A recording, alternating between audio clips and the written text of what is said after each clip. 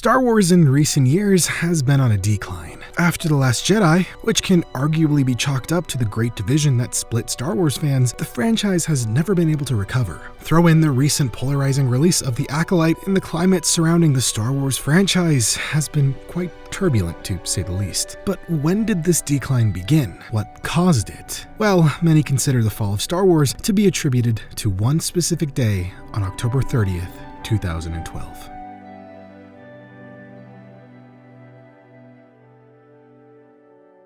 In 1977, the film Star Wars, written and directed by George Lucas, took the world by storm. After completing his film THX 1138, Lucas wanted to make a science fiction space opera type film, in the same vein as Flash Gordon. In fact, Lucas wanted to adapt Flash Gordon outright and even tried to purchase the film rights, but was too late as they had already been acquired by another producer. Going back to the drawing board, Lucas started to research what inspired Flash Gordon and learned that it was based on John Carter of Mars, a book series by Edgar Rice Burroughs, which in turn was inspired by Gulliver on Mars by Edwin Arnold. Taking all these inspirations into account, Lucas began developing his own version of this science fantasy genre. After persuading the head of the production company, United Artists, to take a chance on his film, Lucas began working on this new space fantasy in early 1973. Using his early notes, Lucas compiled a 2-page synopsis titled Journal of the Whills, which told the story of C.J. Thorpe, an apprentice Jedi Bendu, being trained by the legendary Mace Windu. Though after further thought, this treatment was scrapped for being too complicated. Further developing this concept, the first treatment of his new movie titled The Star Wars was completed in April of 1973. This version of Star Wars had heavy narrative parallels to the Kurosawa film The Hidden Fortress, which follows the journey of two greedy, bumbling peasants who, after escaping from a war, discover a hidden stash of gold. The story then evolves into one of protecting a princess, a mysterious warrior comes out of hiding, and they all navigate their way through enemy territory. When later asked what inspired Star Wars, Lucas said it had more in common with the Brothers Grimm fairy tales rather than 2001: A Space Odyssey, because it's not a story about the future, but rather a fantasy. Lucas said his motivation for making this film was to give young people an honest, wholesome fantasy life, of the kind his generation had. He hoped it would offer the romance, the adventure, and the fun that used to be in particularly every single movie. Despite being impressed with the innocence and sophistication of Lucas's story, United Artists declined to fund the project. Lucas and producer Gary Kurtz then presented the treatment to Universal Pictures, the same studio that financed Lucas's prior film, American Graffiti. Despite having good standing with Universal, they too declined the offer. Kurtz would later claim that this was primarily due to the fact that the head of Universal Studios, Lew Wasserman, was just not a fan of the science fiction genre. Francis Ford Coppola would also attempt to buy the project and relegate it to a division of Paramount Pictures he ran with fellow directors Peter Bogdanovich and William Friedkin. But Friedkin questioned Lucas's ability to direct the film, and both directors declined to finance it. They even pitched the idea to the Walt Disney Company, who also turned down the project. Eventually, Star Wars would be accepted by 20th Century Fox in June of 1973. Studio president Alan Ladd Jr. did not grasp the technical side of the project, but believed in Lucas's talent, with Lucas later stating that Ladd did not invest in the film,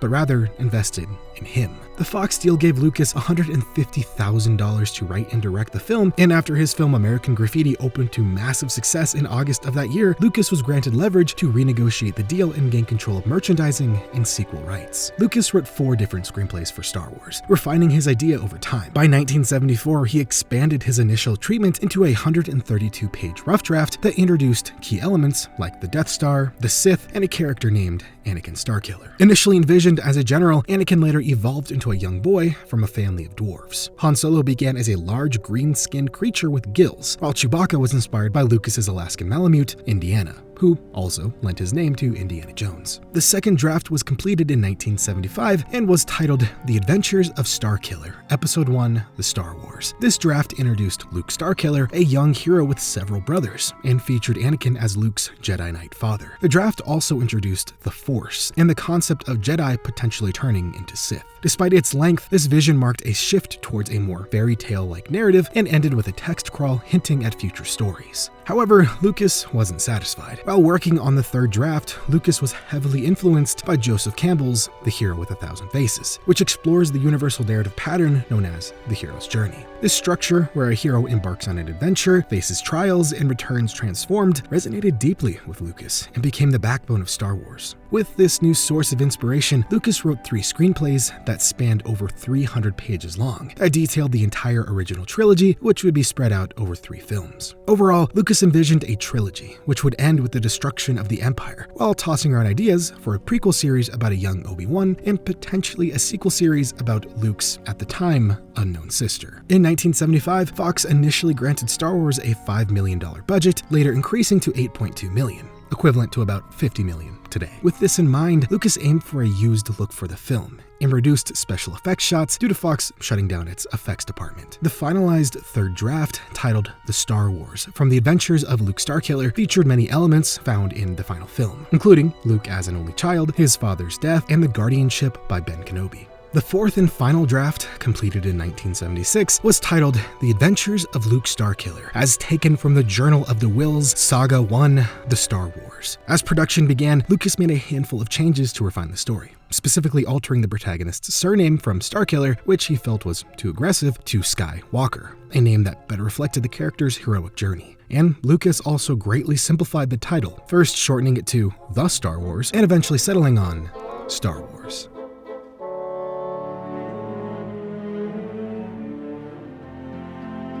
Star Wars released on May 25th in 1977 in 32 theaters. During its initial release, Lucas was so absorbed in his work that he forgot the film was opening. However, when he went out that evening for dinner, across the street, crowds were lining up outside the theater, waiting to see Star Wars. The film immediately broke box office records. 3 weeks after it opened, Fox's stock price had doubled to a record high. In prior years, the studio's highest annual profit was $37 million. However, in 1977, Fox posted a profit of $79 million. What's even more remarkable is that during Star Wars' meteoric rise, George Lucas quickly became extremely wealthy, so much so that Francis Ford Coppola asked him for financial assistance to complete Apocalypse Now. By the end of its global theatrical run, Star Wars became the first film to gross over $500 million worldwide, holding the title of highest-grossing film of all time, until E.T. surpassed it in 1983. Needless to say, the Star Wars phenomenon was just beginning. The Empire Strikes Back would be released on May 21st, 1980, and continued the epic saga with darker and more complex themes. Unlike the first film, which concluded on a victorious note, The Empire Strikes Back ended with the heroes in disarray. Despite its darker tone, the film was a massive success. It received widespread critical acclaim for its deeper storytelling, character development, and groundbreaking special effects. Financially, it performed exceptionally well, grossing over $400 million worldwide during its initial release, and further solidifying the franchise's place in cinematic history. Return of the Jedi premiered on May 25th, 1983, bringing the original trilogy to a triumphant close. The film saw the resolution of major plotlines such as the redemption of Darth Vader, the defeat of the Emperor, and the liberation of the galaxy from Imperial rule. Return of the Jedi was another blockbuster hit, earning over $475 million worldwide in its original run. Together, these films not only captivated audiences, but also cemented Star Wars as a cultural phenomenon. The trilogy's success was evident not just in its box office numbers, but also in its enduring impact on popular culture, from merchandise and spin-offs to its influence on the science fiction genre as a whole. The innovative use of special effects combined with a compelling narrative and unforgettable characters ensured that the Star Wars trilogy would remain beloved for generations to come.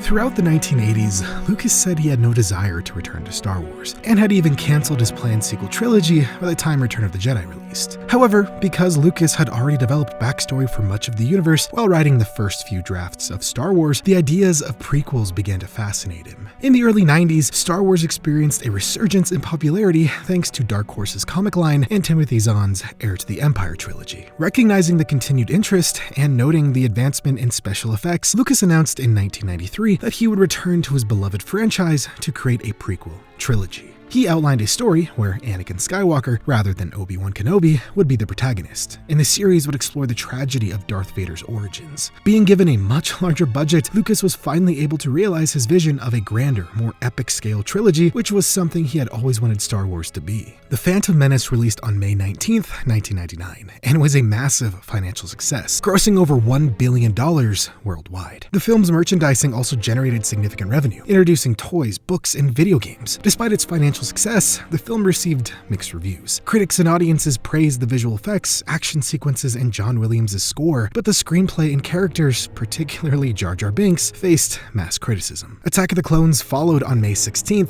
2002, and also performed very well at the box office, though it didn't reach the same heights as its predecessor, only grossing $650 million worldwide. The film continued to benefit from extensive merchandising, and again, critical reception remained mixed. The special effects, action scenes, and improved pacing were acknowledged, but again, the screenplay, characters, and especially the dialogue and romantic subplot between Anakin and Padme received even more criticism. The final film in the prequel series, and my personal favorite Star Wars film of all time, was Revenge of the Sith, which premiered on May 19, 2005, grossing over $850 million worldwide. This installment received the most positive reviews out of any of the prequel trilogy, praised for its darker tone, action sequences, and the emotional weight of Anakin Skywalker's transformation into Darth Vader. However, like the others, there was criticism of the dialogue and characters. Overall, while the prequel trilogy may have had mixed critical reception, its financial success and contribution to the Star Wars saga are undeniable. The trilogy was highly profitable, with all three films performing well at the box office and generating substantial merchandise revenue. The prequels also significantly expanded the Star Wars universe, introducing new characters, planets, and lore. They also influenced subsequent Star Wars media, including the phenomenal animated Clone Wars series, which further developed the prequel-era characters and storylines. Despite the prequels having a lasting cultural impact, with many of their elements becoming iconic in their own rights, the mixed critical reception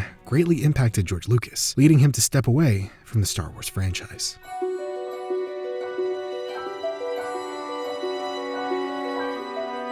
After the backlash from the prequel series, Lucas stepped away from the franchise. The mixed reception and intense fan criticism of the prequel trilogy were emotionally taxing for Lucas, and by 2012, he was in his late 60s and wanted to retire, spend more time with his family, and pursue other projects outside of Star Wars. During his retirement, Lucas realized he was ready to pass on the reins of Star Wars. After founding Lucasfilm in 1971 and building it into a major player in the film industry, he was tired of the demands of running such a large company. Moreover, were he to make another trilogy, that'd be another 10 years of his life away from his family and away from a quiet life, likely completing the sequels in his mid to late 70s. Despite wanting less responsibility, another significant reason for him passing on the torch was that Lucas wished to ensure the future of the Star Wars franchise. In fact, prior to releasing the original 1977 film, Lucas planned on 3 trilogies of 9 films, and by 1981, he had roughly outlined the prequel and sequel films. While Lucas had a vision for where he wanted the series to go, he also recognized the challenge of sustaining it over time. After decades of working on Star Wars, Lucas felt creatively drained, and recognized that a new perspective could rejuvenate the series.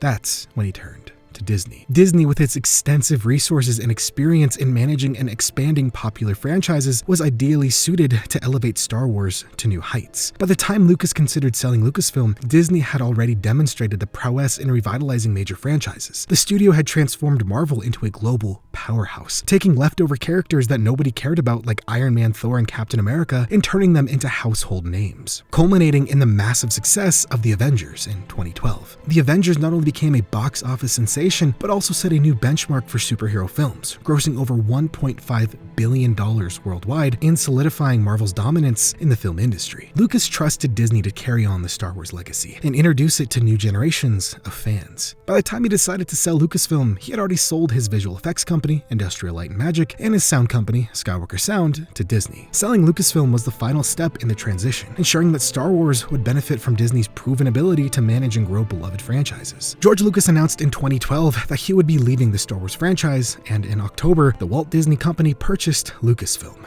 including the Star Wars franchise, for approximately $4.5 billion.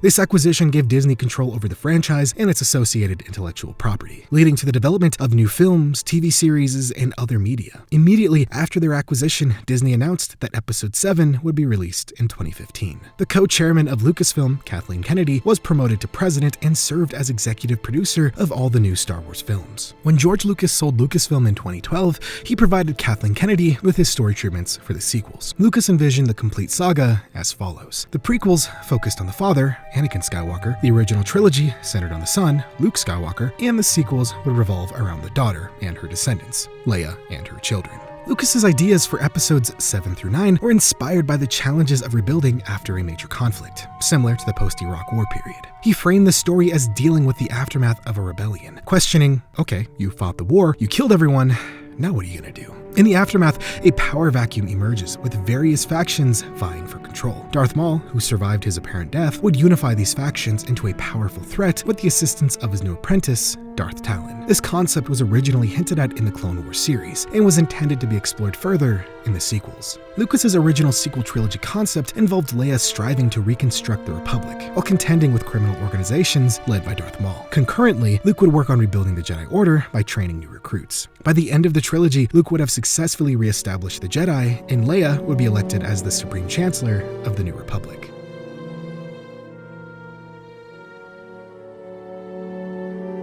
Lucas sold Star Wars with the expectation that Disney would use his outlines for episodes 7 through 9 as the foundation for the new films. He hoped that these outlines would serve as a basis to build upon and expand from, ensuring that the legacy of Star Wars would be continued and brought to new generations of fans, thus securing the franchise's future. After Disney bought Star Wars, Lucas became a creative consultant on the new films, attending early story meetings, and was also an advisor for the Star Wars universe as a whole. However, Disney would discard all of Lucas's ideas, and later told him he would have no further involvement with the new films. This was a conflicting time for Lucas, as he wanted to let the franchise go, but didn't necessarily agree with the direction Disney was taking. Lucas's dissatisfaction was then compounded by his belief that the new films made under Disney did not fully honor the spirit and depth of the original trilogy. He felt that the sequels, starting with The Force Awakens, were more focused on recapturing the nostalgic elements of the original trilogy rather than pushing the story forward in innovative and meaningful ways. The reliance on familiar characters and plot structures, in his view, overshadowed the opportunity to explore new ideas and expand the universe in unexpected directions. George Lucas had a distinct vision for the Star Wars sequel trilogy that was intended to push the boundaries of the saga and explore new thematic depths. Lucas's approach was intended to provide a more complex and nuanced view of the Star Wars universe. He wanted to explore the challenges of rebuilding and governance following a major conflict, reflecting real-world issues. Disney, on the other hand, opted for a more nostalgic approach, aiming to recapture the magic of the original trilogy with The Force Awakens by heavily mirroring the plot and structure of A New Hope.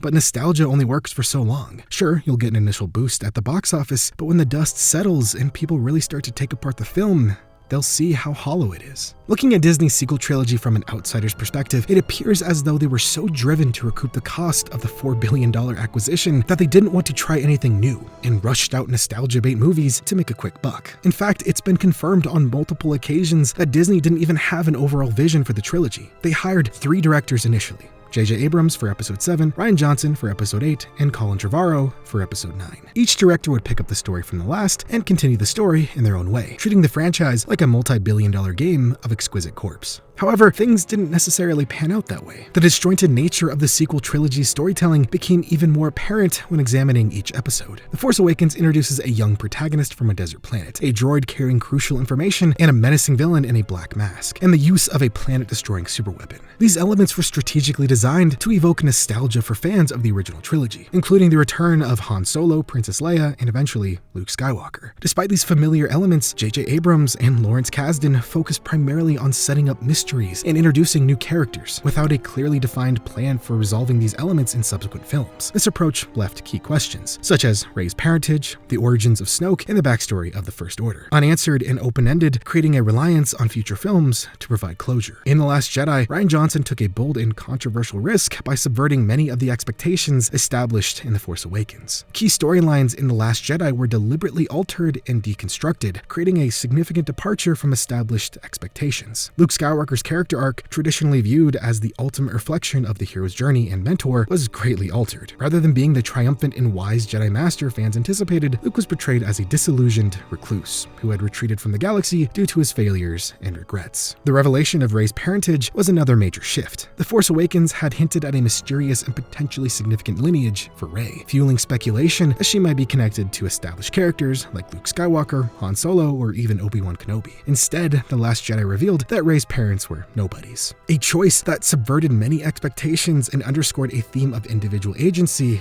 over predetermined destiny. Additionally, the fate of Supreme Leader Snoke was drastically reimagined. Introduced as a formidable and enigmatic villain in The Force Awakens, Snoke's abrupt and unceremonious death in The Last Jedi not only defied expectations, but also removed a central antagonist without providing substantial background or closure. Johnson's creative choices diverged sharply from the anticipated trajectory, leading to significant fan backlash and further exposing the lack of a unified narrative strategy for the trilogy. The film's deviations seemed at odds with the setup from the previous installment, resulting in a middle chapter that divided critics and alienated a substantial portion of the fanbase. After Colin Trevorrow departed from Episode 9 due to creative differences, J.J. Abrams returned to direct the project, facing the challenge of reconciling the desperate elements introduced in the first two films of the trilogy. The Rise of Skywalker became a patchwork of course corrections and fan service attempting to address and resolve numerous unresolved plot points. In The Last Jedi, Supreme Leader Snoke was killed by Kylo Ren, leaving his role and background largely unexplored. The Rise of Skywalker addressed this by introducing the concept of a revived Emperor Palpatine as the true mastermind behind the First Order and the one puppeteering Snoke, who was nothing more than a clone. The Last Jedi also presented Luke Skywalker as a disillusioned and reclusive figure, far removed from the heroic idealist seen in the original trilogy. The Rise of Skywalker sought to amend this portrayal by emphasizing a more traditional and heroic version of Luke, focusing on his role as a mentor and his ultimate act of redemption. And one of the most contentious aspects of The Last Jedi was a revelation that Rey's parents were nobodies, serving as a contrast to the often mythical origins of previous characters. In The Rise of Skywalker, this was retconned by revealing Rey's true lineage as the granddaughter of Emperor Palpatine. Additionally, the film was marked by numerous plot contrivances and rapid pacing, as it rushed to tie up multiple storylines and deliver closure in a single installment. The swift resolution of complex arcs and the introduction of new plot elements without adequate buildup contributed to a sense of confusion and dissatisfaction among audiences. The overall narrative of The Rise of Skywalker suffered from the lack of a cohesive and consistent vision across the trilogy, resulting in a final that felt disjointed and inconsistent with the earlier installments. The tight production schedule and pressure to quickly recoup the acquisition costs likely played a role in the lack of unified vision for Disney's sequel trilogy. Driven by the urgency to justify their substantial investment, Disney's approach to the trilogy was marked by a lack of cohesive planning and an over-reliance on nostalgia. This absence of a clear, overarching vision resulted in a disjointed narrative that struggled to reconcile fan expectations with fresh storytelling. The trilogy's shifting tones and inconsistent plotlines became evident across the three films, ultimately impacting the reception and negatively shaping the legacy of the Star Wars saga. The fact that the major problem with Disney's trilogy was the lack of a cohesive vision is disheartening to say the least. They had a vision created by the man who made the franchise in the first place, but they believed they knew better. They felt they could do better than him. They took Star Wars and ran. I believe this quote from George R.R. Martin sums up this issue best. Everywhere you look, there are more screenwriters and producers eager to take great stories and make them their own. It does not seem to matter whether the source material was written by Stan Lee, Ian Fleming, Roald Dahl, Ursula K. Le Guin, J.R.R. Tolkien, Mark Twain, Jane Austen, or, well, anyone. No matter how major a writer is, no matter how great the book, there always seems to be someone on hand who thinks he can do better, eager to take the story and improve on it. The book is the book, the film is the film, they will tell you, as if they were saying something profound. Then they make the story their own. They never make it better though. 999 times out of 1,000, they make it worse.